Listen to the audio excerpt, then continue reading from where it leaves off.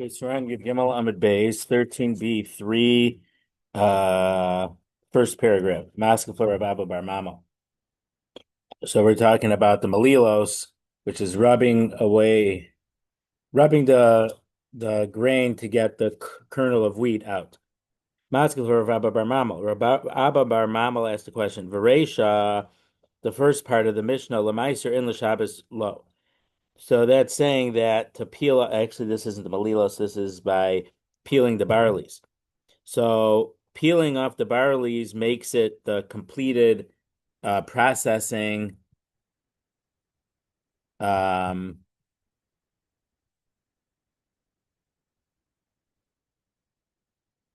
is processing to make it meiser, but it's not processing, but it's not a malacha in regard to Shabbos.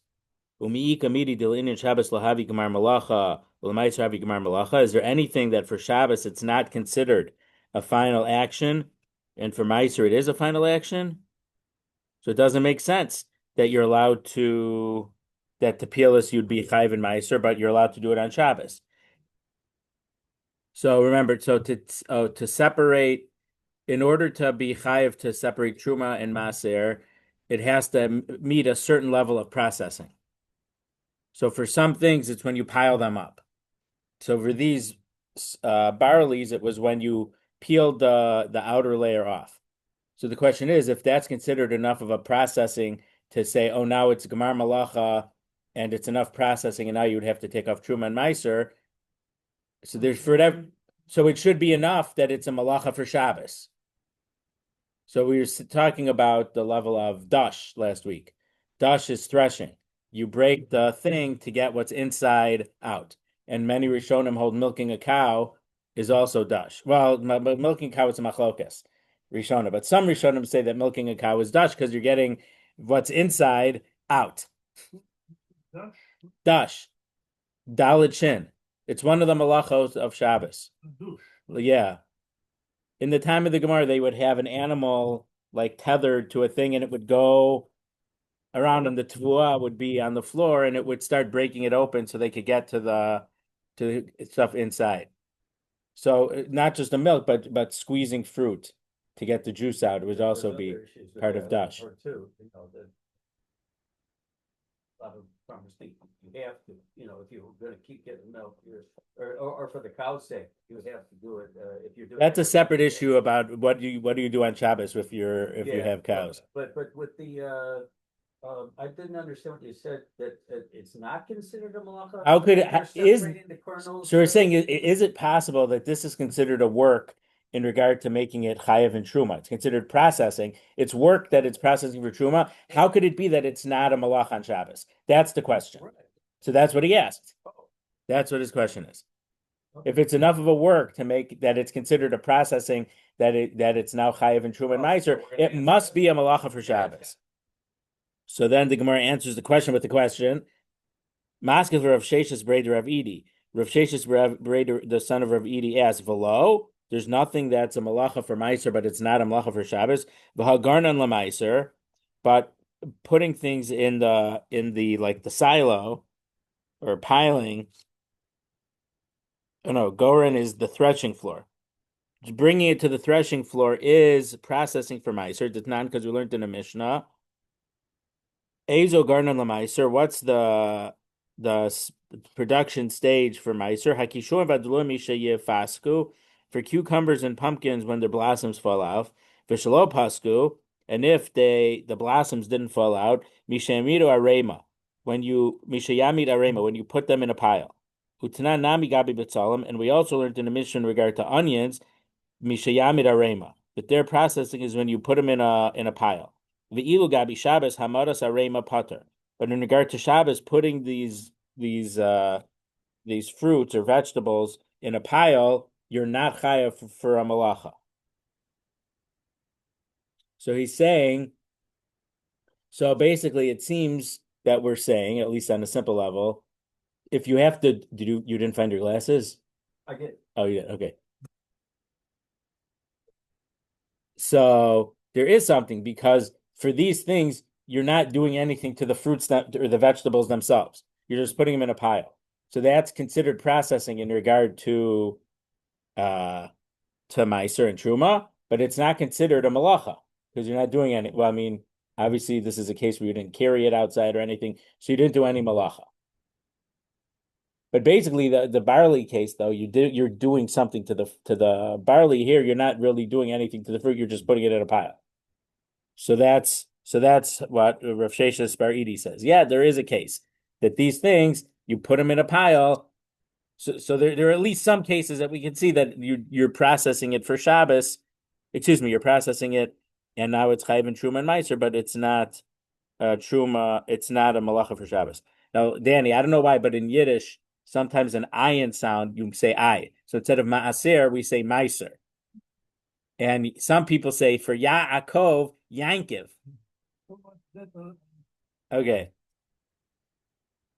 Elamai Yislach Lameimar. So, what is the real question in regard to the difference between Shabbos and how could it be processing for Shabbos for Meiser and not be processing for Shabbos? The answer is, as we turn to 13 before, Malachas Machshavas Asra Torah. What's a malacha? If there's some level of craftsmanship involved. Hachanami, so here too, by the barley, Malachas Machshavas Asra Torah. So so when you peel the barley, a monkey could do. I guess I mean the Gemara doesn't say this, but you don't need any skilled labor to do it. So it's not considered. It's not important enough to be considered a malachas machshavas. Therefore, it's not a malach on Shabbos.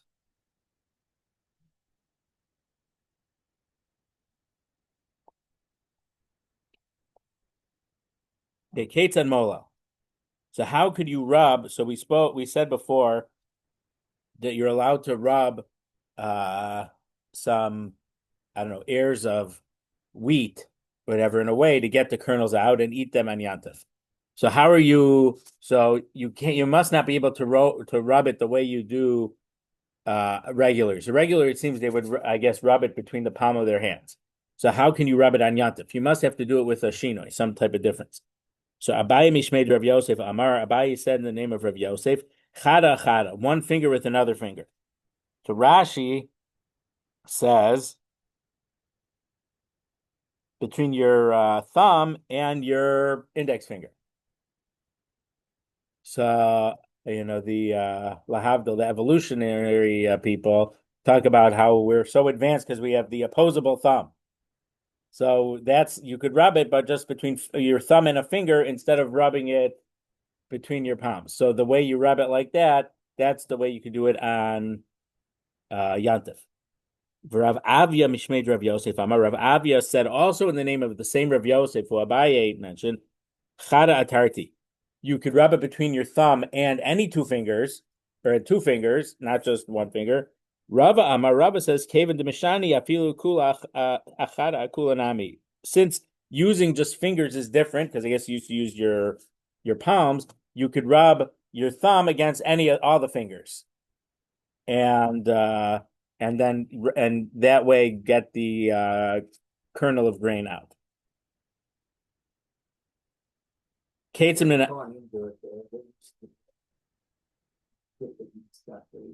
Oh, well, yeah, not quite. It's not as they say. The Gemara says that I don't know. Was it the Kmitza somehow using the thumb and the pinky to get rid of the remnants of the dough that they put that was the hardest avoda. Ketzim napech. So you need to separate the chaff from the kernel. How do you do that on Yantif for this case? So Amar Rav Adabar Ava Amar Rav Adabar Ava said the name of Rav Menapeach. As we turn to Yodal Rav Aleph Mikishre Etzbos you could only do it from your knuckles to the tips of your fingers.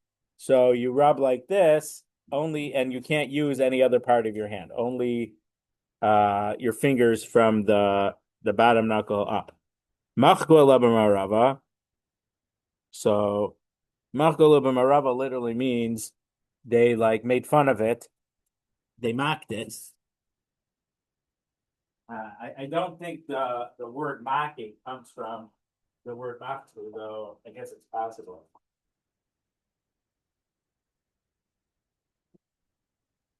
Now, the Gemara in Sanhedrin at the end of the first parak mentioned certain phrases like this mean that a certain Amora said it. Now, this phrase,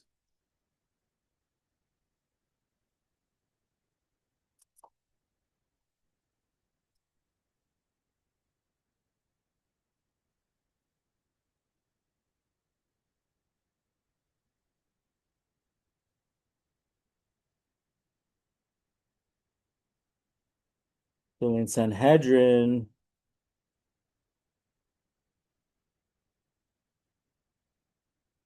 the Gemara says that this means that the Amora Rav Yossi Bar Chanina, who lived in Eretz Yisrael, was talking about it.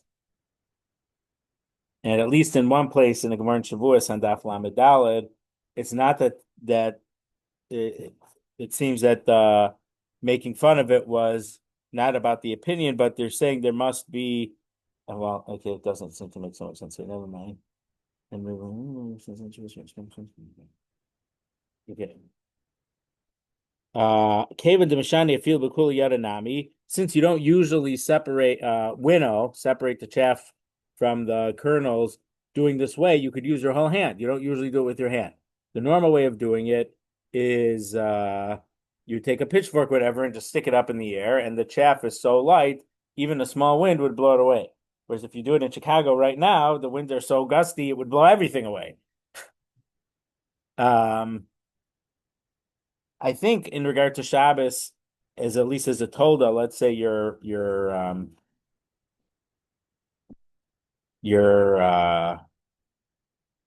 opening nuts in a way that you're allowed to open the shells on Shabbos. I've seen in farm they say to try to blow away the lighter stuff, which isn't the nut from the nut, is usher on Shabbos.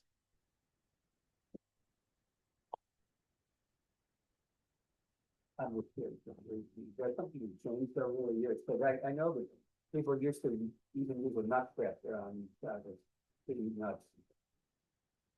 Um, no. Well, I'm not talking about a nutcracker.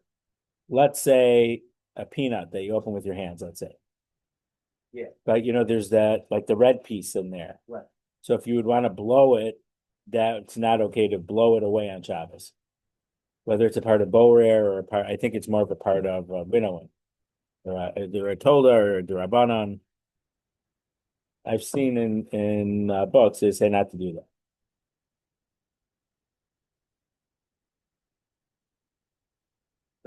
Look, let me tell you, in regard to I haven't seen people use a nutcracker. I could imagine that people used to, but Yeah, someone told me that someone who I know, but I was never at his house. He was a big Rebbe at a yeshiva. So in Israel they have pomelos. Pomelo is a type of grapefruit. It's drier than a grapefruit, and the peel is about 10 times as thick. The peel is about this thick, and it's a bit of a treat. And they'd serve it for dessert. This guy ate the peel to make sure there wasn't a borer issue, which is a bit strange, but that's what he did.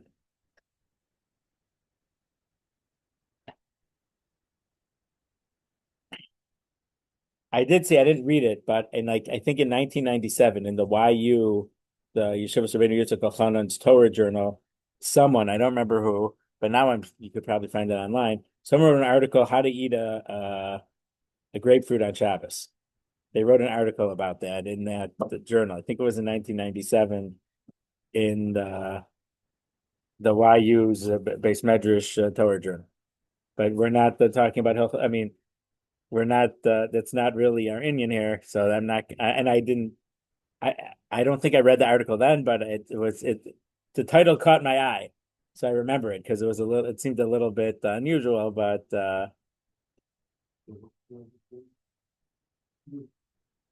I don't know. I'm not sure. I didn't read that. I mean, I peel an orange on Shabbos. You have to peel in order to get it, and then you eat the fruit. What? Maybe I don't know if his problem is the way that people eat grapefruits, it gets squeezed out, and you think you might be squeezing a fruit. I don't know what the problem is because I don't think I read the article. So Kevin de Mishani, Afilu Bakula Yadanami, since this isn't the way you usually separate the chaff, it's but when using your hands is already kalachar yad, it's an unusual way. So you should be able to use your whole hand. Why are you only using from your knuckle up to the tip of your finger? Elam Rabbi Lazar said, Menapech biedo achas uvachol kocho. You can, it seems, so we mentioned last week, Menapech, that I'm aware, usually means you blow with your mouth. But it's a little difficult here. So ArtScroll says you're fanning with your hand. So you could fan with your whole how with a full hand and at full strength. So the article says that Aruch HaShulchan means you're actually moving your hand up and down, and you're not using a separate your other hand, but you're going like this, and then by doing that, the chaff part or the peels, whatever the outer cover layer is going to go away. Okay, next Mishnah. Yudal Aleph of 4 lines from the top. Beshame Omrim Tavlin Niduchim B'Maroch Shel Eitz. Okay, so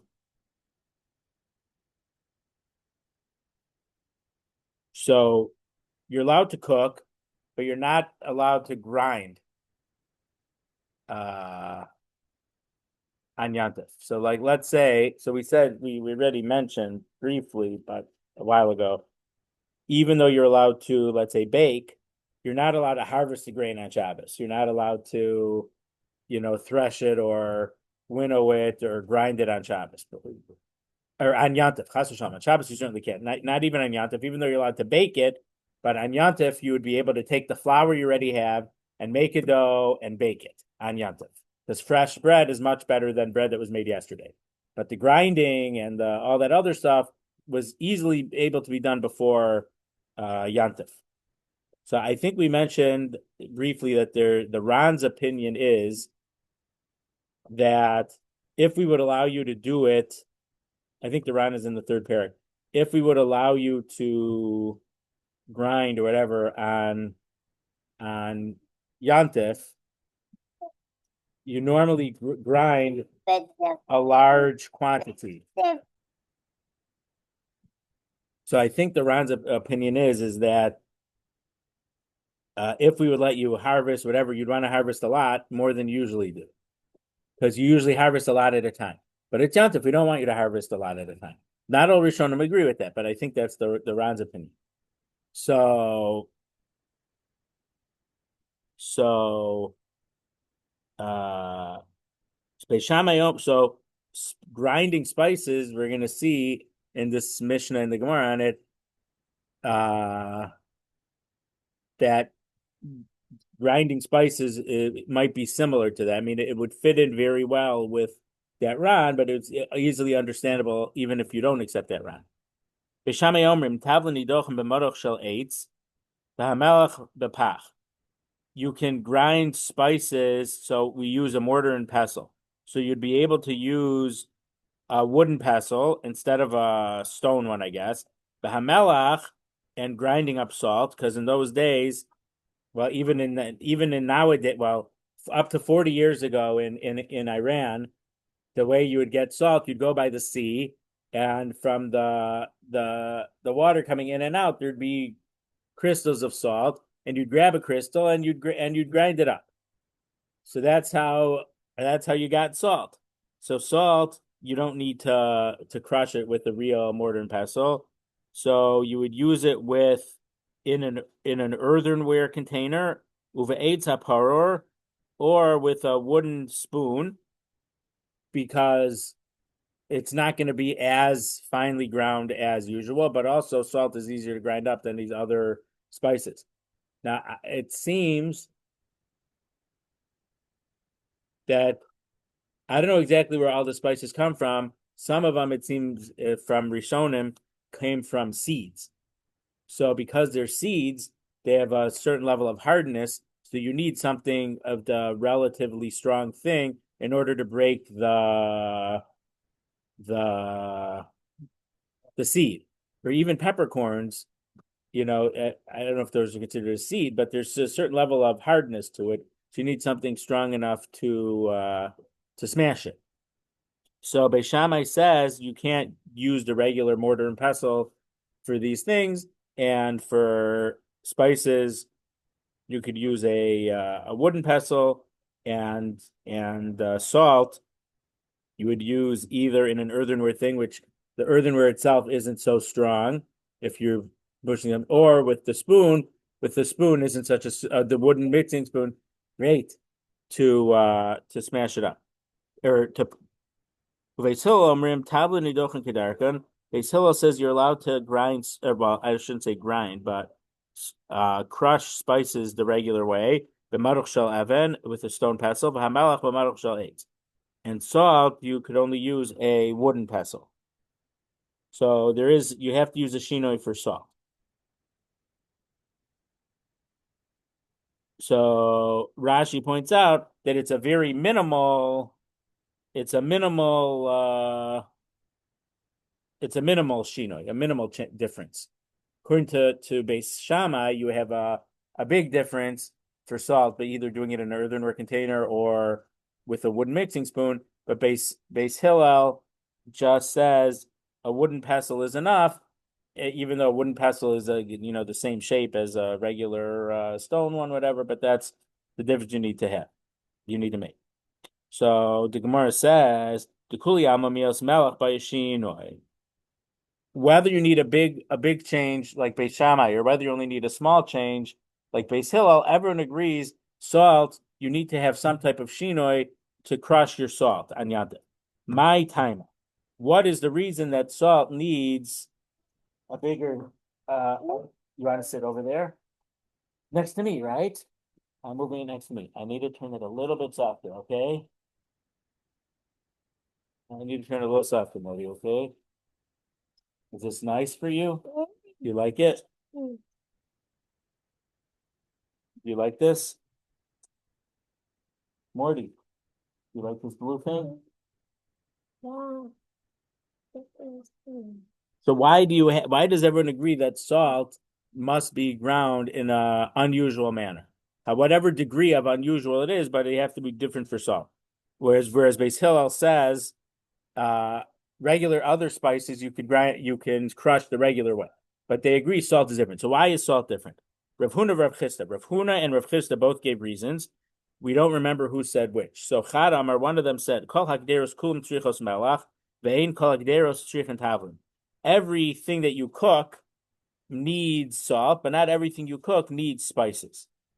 So, whatever you were going to cook on Yantif, you knew you were going to need salt, so you should have prepared the salt before Yantif. But maybe you didn't decide what you were going to cook before Yantif, because now you're allowed to cook on Yantif, so you're cooking on Yantif. So it ended up that the thing you decided needs a certain spice. So because you didn't know you were going to make it before Yantif, you couldn't prepare the spice. So we allow you to crush that spice on Yantif. The Chadam, or the other one, either Rav Chis or Rav Huna, said, "Kol hatavlim mefigim taiman." All spices, their taste gets they wear out meaning they're better when they're freshly crushed. So if you crush it even the day before, it wouldn't be as good on Yantif. So melach eino mafiga taima, but salt doesn't get any weaker, the power of the salt, if it sits a little bit. So therefore, there's no difference in the taste of the salt if you do it before or after, or on Yantif day, or if we make you do it before Yantif. So my benaihu. So what's the difference? What are some cases that would affect one of the answers but not the other? So ika benaihu diyada ma'ikidera ba'iliv shulei. One case that would be distinguished between these two answers if you knew what you were going to cook the day before. So according to the first answer, since you knew you were going to cook this particular thing on Yantif, you should have ground it or crushed it before Yantif. And according to the other opinion, that it's weaker, even though you knew you were going to make it, it's better when it's crushed on Yantif. Therefore, we allow you to crush. Inami, another difference between the two opinions is b'morika, a saffron. Because saffron, it stays with its same strength even if you let it sit a little bit, or at least a few days. So you could grind saffron before Yantav. So to the second answer that it gets weaker, so you should have done it before Yantav. Saffron doesn't, the taste of saffron doesn't deteriorate, so you could have done that before Yantav. In regard to the other opinion that you don't know what you're making, so you could have done saffron before Yantav. Excuse me, you didn't know what you were making, so you didn't have to grind it before Yantav. Okay. Rabbi Huda Mar Shmuel. Rabbi Huda said in the name of Shmuel, Kol hanidochem nidochem kedarkan vafilu malach. Things that need to get crushed when you cook with them, you're allowed to crush them in the regular way on Yantav. So the question is, our Mishnah tells us that that's not true about spices. So Amart Melach Bayashinoi, but we just said, the Gemara says, based from the Mishnah, that everyone agrees that salt you need to crush it in a unusual way. You have to employ some type of shinoi, some change in the way you crush it. So the Gemara says, Hu de Amar ki haitana.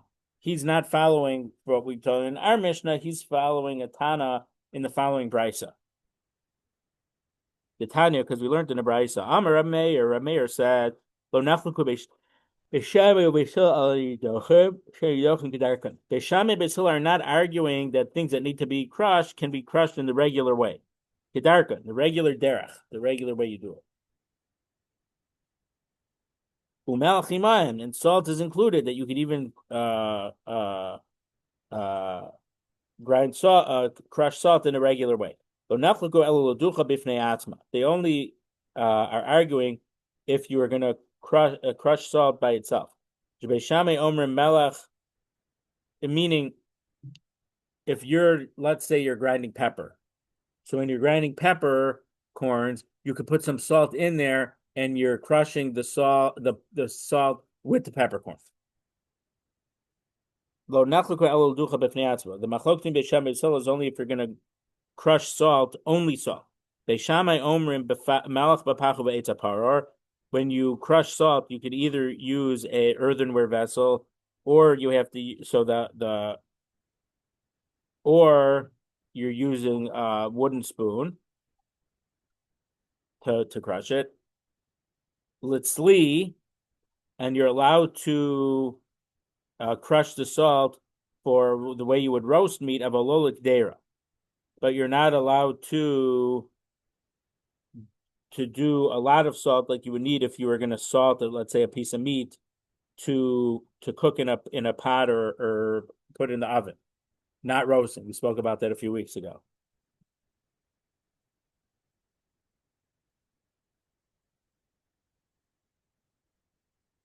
So it means so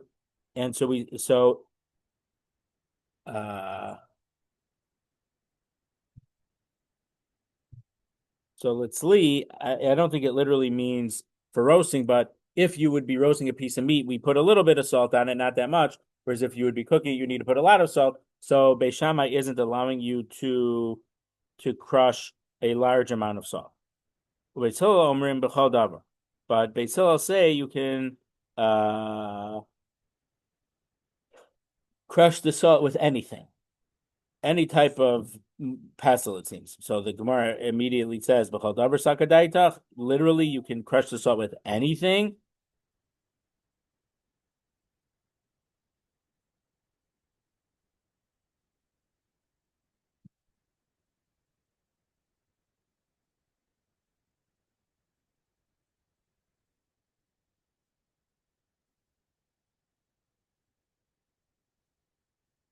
Because let's say I want to take, my telescope would be a bad thing because I'd break my telescope if I used it to crush. But the telescope we mentioned a few weeks ago or a month ago is a klisha mlachto. Well, it's muktzah because it's a very valuable item. So I couldn't use something muktzah to grind it. So the Gemara says al ema luchal davar. So we're changing one letter, so the meaning is slightly different. And not Beis Hillel says you can crush it b'chol davar with anything, ela luchol davar, for whatever you want. Even if you would be using a large quantity, like Beis Shammai would forbid if it's the amount that you would need to salt a meat for to cook the meat as opposed to roasting it. Yes, we allow you to do that.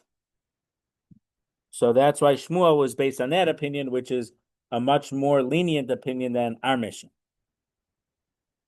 Amar le Rav Acha Bardala Lebrei. Rav Acha Bardala said to his son, Kidaiches atzli atzli v'do. When you're crushing salt on Yantif, just do put it on its side and crush. So according to him, you're able to use the regular mortar that you regularly do, but use it on its side instead of on the part that you normally would beat it with. That's enough. That's enough of a shinoi that we need. Now, in general, when I say the word kalachar yad means the back of the hand. So instead of moving something the way we normally did, kalachar yad literally means using the back of your hand, but it's a general term of doing something in an unusual manner, using your elbow instead of your hand. It's kalachar yad. Rav Sheish Shama Kol Buchna. Rav Sheish has heard the sound of the pestle beating down salt on the regular way. Amar Hailab Migavei Debarsihu. He said, this is not coming from my house, because he told them that they're not allowed I told them they're not allowed to use a regular stone pestle in the regular way on Yantif, and I hear it's a regular stone, so it must not be coming from my house. The Dilma Atzli, but maybe it was coming from his house, but the sound was they were using it on it, crushing it on the side of the, and not with the normal pounding part. So Deshama Dahavitzol Kale. He heard a very clear sound of the rin thing banging down, crushing. And if it would have been if they would have been using the side of it, he would not have heard this sound. The Dilma Tavlin Havu. So maybe it was coming from his house and they were grinding spices that they're allowed to do that way. It's just not salt. How does he know that it was salt? So now tavla nabuchim and nabach kalaihu. Spices make a sound when they're being crushed. So because he didn't, so we mentioned because they all are pretty hard on the outside, so make a much different sound than salt. So besides for the smash of the pestle, I guess against the mortar, you'd also hear a sound of the spices being broken up, and he didn't hear those, so he knew it was salt. Tana Rabbanan, we learned in the Beitza, Ein osin tisni.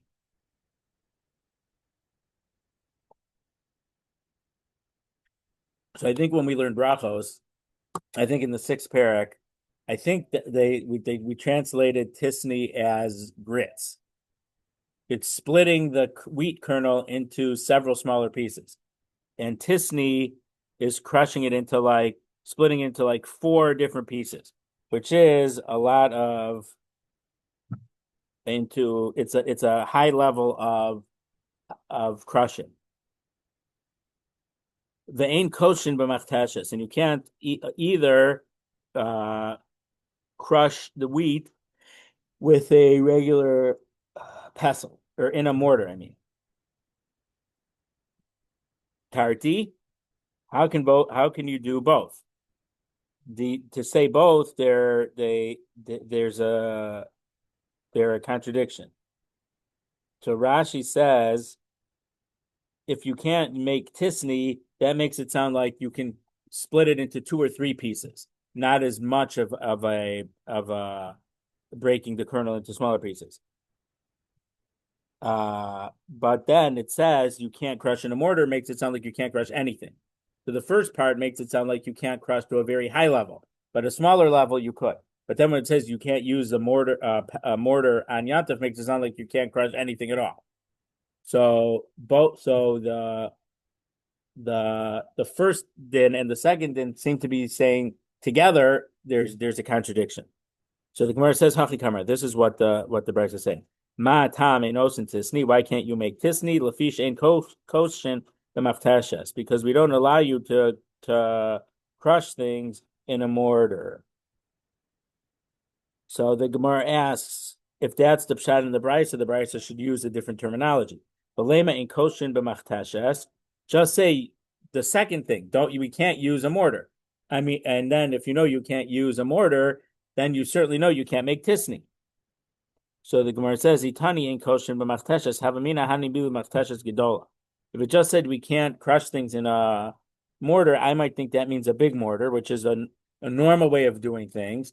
And also, it seems when you had a bigger mortar, it did a better job. But if it was a small mortar, I might think that I am allowed to crush it. Even a high level of tisni, I would be allowed on Yantif. Kamash Malan. So therefore, the Gemara has to tell us both to say that I'm not even allowed to use a small mortar. So as Rashi explains it, you can't make tisni at all because we're not allowed to use a mortar for anything. So it doesn't matter whether it's a big one or a small one. So that's because it's possible to make tisni in a small mortar also. So for the fact that it says that you can't make tisni and you can't use a mortar, so that means you can't even use a big mortar or not even a small mortar, which doesn't do as good of a job. It's possible to make tisni in it, but it's not as good of a job. Tanya in koshin b'machteshes gedola but koshin b'machteshes ketana. But we have a brisa that says we're not allowed to crush things in a big mortar, but we're allowed to in a small one. So that brisa explicitly says we're allowed to. You okay? Yeah. You're allowed to use a small mortar, and we're explaining that this brisa means you can't even use a small one. So these brises are. Oh. Do you want to get your coat? We'll get your coat. So Amar Abaye, Kitanya Nami Masnisen Machteshes Gedolatan. So when the first brisa was talking about the tisni and mortar, Machteshes Gedolatanya. That one's only talking about a big one. But tisni is not allowed to be made in a big one or a small one. And you're not allowed to make anything in a big mortar, but a small mortar you are allowed to. So that's how Abaye says that these brises are not in conflict.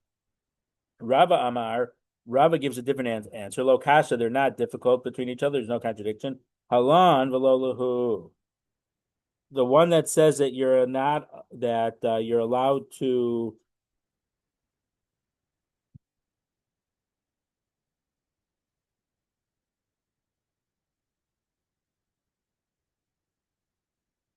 Halon v'lo. This one's to us in Bavel, and the other one is to them in Eretz Yisrael. So Rashi says let's say that you had a big one and a small one, and you had avadim, you had servants in the house, so they'll use the big one because it's easier and does a better job. But because you told them to use the small one, they'll say they use the small one, but really they didn't. So we are poorer. We don't have servants like that here in Bavel. So we're allowed to use the small one because we will only use the small one.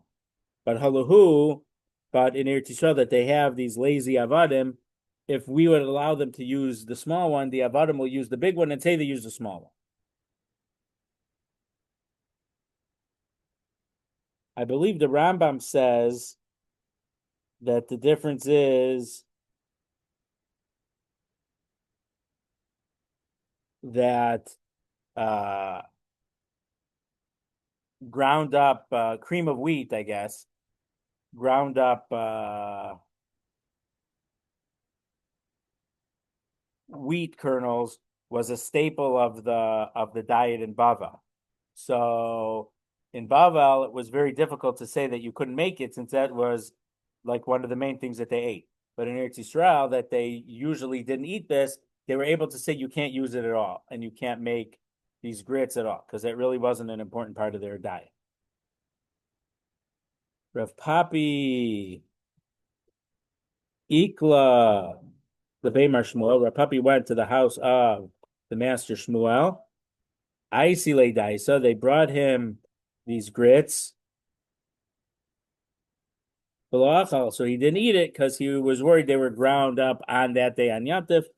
And he knows that the Beitza said we don't even use a small mortar on Yantif. So the Gemara says, maybe it was made in a small mortar, so it shouldn't be aser. So the Gemara says the chazi to have a daik tfei. He saw that it was very, very finely crushed, so it must have been done in a big mortar. V'dilma me'asma avdua. So still, we believe that maybe they brought you the very fine cream of wheat. Maybe it was from yesterday. Maybe they ground it up yesterday. So the Gemara says the chazi have a kolab sihare. He saw that it was very bright. So meaning it must have been fresh. If it would have been done the day before, it would have looked not as bright. The Ibais Ema, or you could say that it could have been made in a small mortar, but Shani Bey Marshmuel, the Ika Pritzusa de Avde. But the house of Marshmuel is different than the average house in Bavel because there they had servants and were worried that they wouldn't follow the halacha properly, and we told them you're not allowed to use the big mortar, and they used the small one. They did use the big one, but they claim they used the small one. So that's why. So even though in general in Babel that's not the halacha, but the house of Mar Shmuel, they did have servants. Okay, next Mishnah. Dalet Amid Beis, 6 lines from the top. Actually 7. Abor kidneys biyantif. So if you're separating legumes or beans on yantif, how do you do it? So because besides for the beans, there is some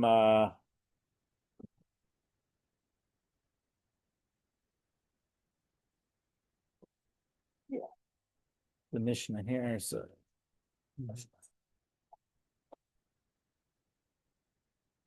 So how can you separate the not good parts from the edible parts? Beishamei omrim borer ocha va'ocha. You have to only take out the good stuff, the beans, and then the not good stuff gets left behind. Ubeis Hillel omrim, excuse me, borer ochel va'ochel. You separate the good part out and you eat it. So the first ochel is a noun, and the second ochel is a verb. You separate the good part out and you eat it. So basically, the same way when you're borer on Shabbos, you have to take food from the not good stuff and you have to eat it right away. Beis Hillel say borer kedarkan. You can separate it the way you usually do, taking the bad stuff out. But you do it in a separate way. You either do it in your lap or with a funnel or with a big plate. So article says that in your lap, you would take, not literally in your lap, but you put it on a piece of cloth, a towel, whatever, and you put it on your lap. And you would put, and with the funnel and the plate, also you'd put everything on a diagonal, a slope down. And it seems, I think, that when you would put it on the slope down, the heavier stuff would move faster, and you would take those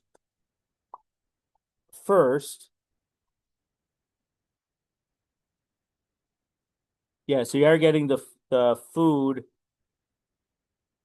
So that it seems that with all these cases, you're using gravity, that the heavier thing is going to move first.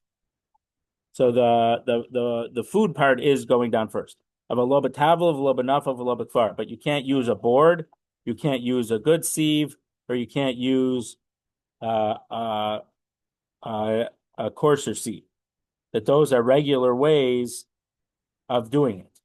So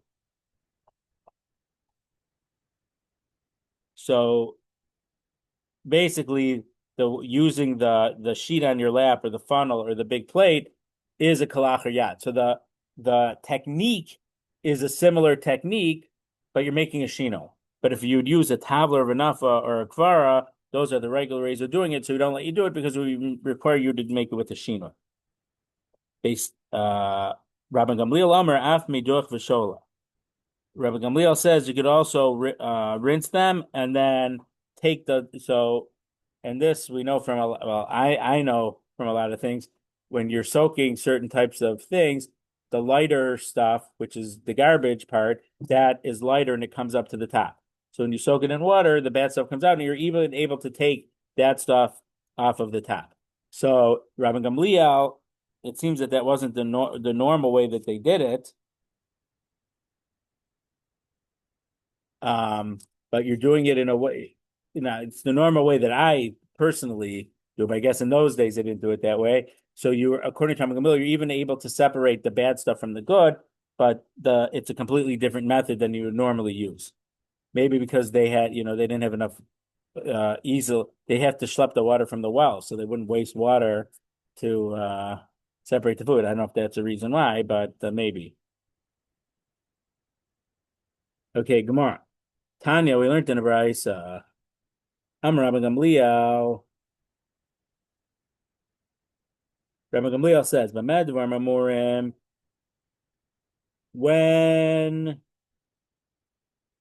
did he say that he's allowed to? I guess, is he going on Beis Hillel? When did Beis Hillel allow you to take the psolas, the bad part, and throw it away? It's ksha'ocham ruba psolas. That's when you had more good food than the bad part. So we let you to take the bad stuff away directly. But if you have more bad stuff than actual good food, Beis Hillel agree that you have to only take the good food out and you have to leave the psolas behind.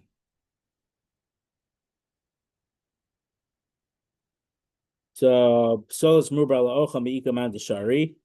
If you have more bad stuff than the food, does anyone allow you to separate it? The Rashi says that we would say that the food is batel, is nullified with the majority, which is not edible. And since the majority is not edible, you can't move non-edible stuff on Yantif because it's mukta. There's no purpose for it. So the Gemara says, "Otzricha denafish b'tircha." You had pizza ready 7 minutes. Okay, so wait 10 minutes, we'll be done and we go home. So